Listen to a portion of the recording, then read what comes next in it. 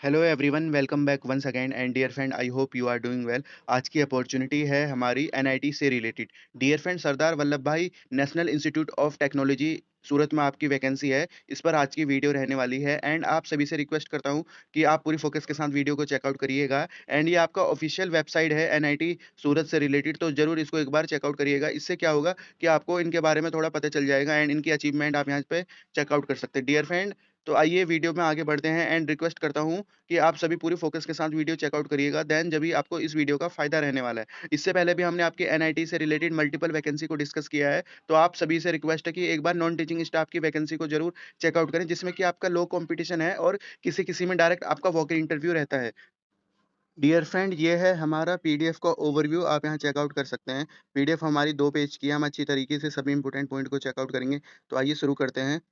And vacancy से related बात करें तो आप यहाँ चेकआउट कर सकते हैं। Department of humanities and social science में आपकी वैकेंसी है। एडवर्टाइजमेंट से रिलेटेड आप यहाँ चेकआउट कर सकते हैं। आपका वॉक इन इंटरव्यू रखा गया है, प्योरली आपकी कॉन्ट्रेक्चुअल बेसिस पर है। एंड पोस्ट से रिलेटेड बात करें तो आपकी टीचिंग असिस्टेंट की पोजीशन है।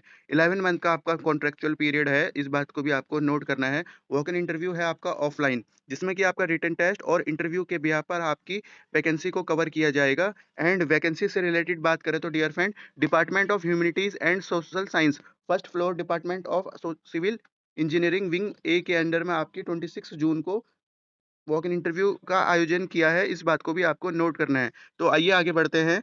एंड क्वालिफिकेशन एंड आपके रेम्यूनरेशन से रिलेटेड हम सभी इंपॉर्टेंट पॉइंट को चेकआउट करेंगे। नंबर ऑफ पोस्ट भी आप चेकआउट कर सकते हैं। डियर फ्रेंड, जो आपकी पहली पोजीशन है उसमें आपकी टीचिंग असिस्टेंट की वैकेंसी है इंग्लिश में।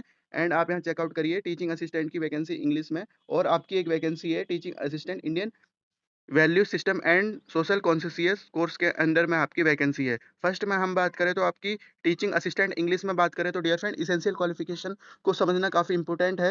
एंड आपने एमए किया हो, याद रखेंगे आप, एमए हो आपके पास इंग्लिश में, फर्स्ट क्लास और इक्विवेलेंट सीजीपीए आपके हो मिनिमम 6.5। अगर डियर फ्रेंड आपके first class in the sense आपके 60% से ऊपर हो, बोथ यूजीसी एंड पीजी में, और इसी प्रकार अगर आपके कॉलेज में सीजीए पे चलता है तो 6.5 से ऊपर आपका रहना चाहिए, या आपके पास पीएचडी हो एप्रोप्रिएट ब्रांच में, एमए इंग्लिश आपने किया हो, फर्स्ट क्लास आपने पास किया हो CGPA in both UGC and PG.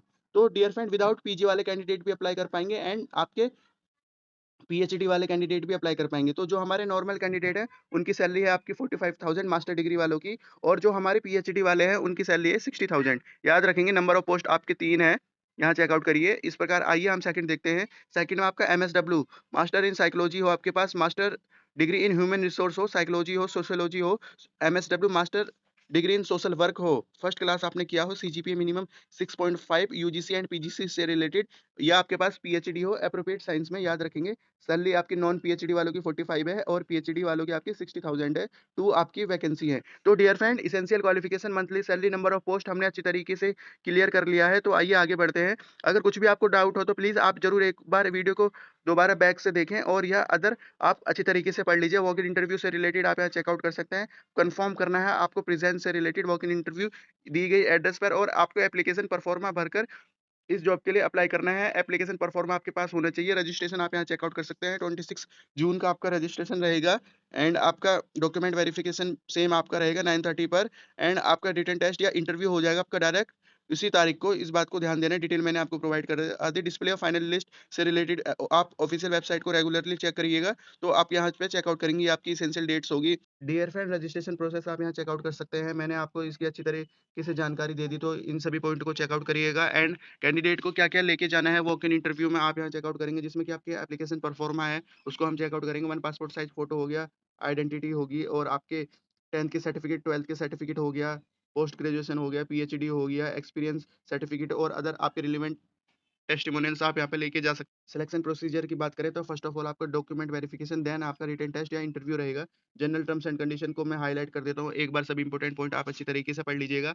Contractual basis पर आपकी वैकेंसी है, एंड आप यहाँ चेकआउट कर सकते हैं। रिजर्व टू राइट है कॉलेज को कि आपकी अपॉर्चुनिटी से रिलेटेड इंक्रीज और डिक्रीज भी हो सकता है। सीजीपीए, जीपीए, एसजीपीए से रिलेटेड आप चेकआउट करिएगा। नोट ये डीए है आपको इंटरव्यू से रिलेटेड। तो इस प्रकार आप सभी इंपॉर्टेंट पॉइंट को एक बार अपने आप से पढ़ लीजिएगा। आइए इसके एप्लीकेशन परफॉर्मा को हम एक बार चेकआउट कर लेते हैं। डियर फ्रेंड, ये है हमारा application pro forma, application for the post of teaching assistant, आप यहाँ पे चेकआउट कर सकते हैं।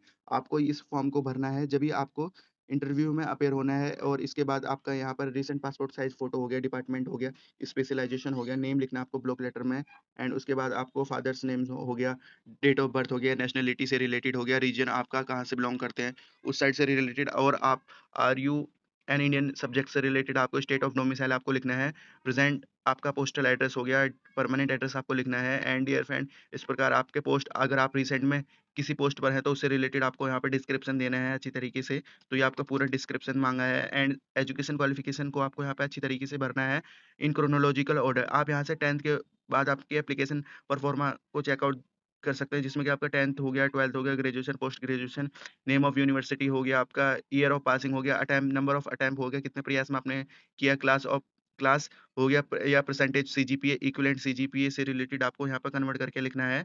तो गेट का अगर आपके पास क्वालिफ़िकेशन है उससे रिलेटेड आप देंगे, अदरवाइज़ आप यहाँ पे छोड़ देंगे। प्रोफ़ेशनल एक्सपीरियंस, एडमिनिस्ट्रेशन एक्सपीरियंस से रिलेटेड आप यहाँ पे पूरा अनुभव देना है अच्छी तरीके से जिसमें कि आपका टोटल एक्सपीरियंस माँगा है और टीचिंग से रिलेटेड हो गया, आपका administration, post teaching and non teaching से रिलेटेड हो गया।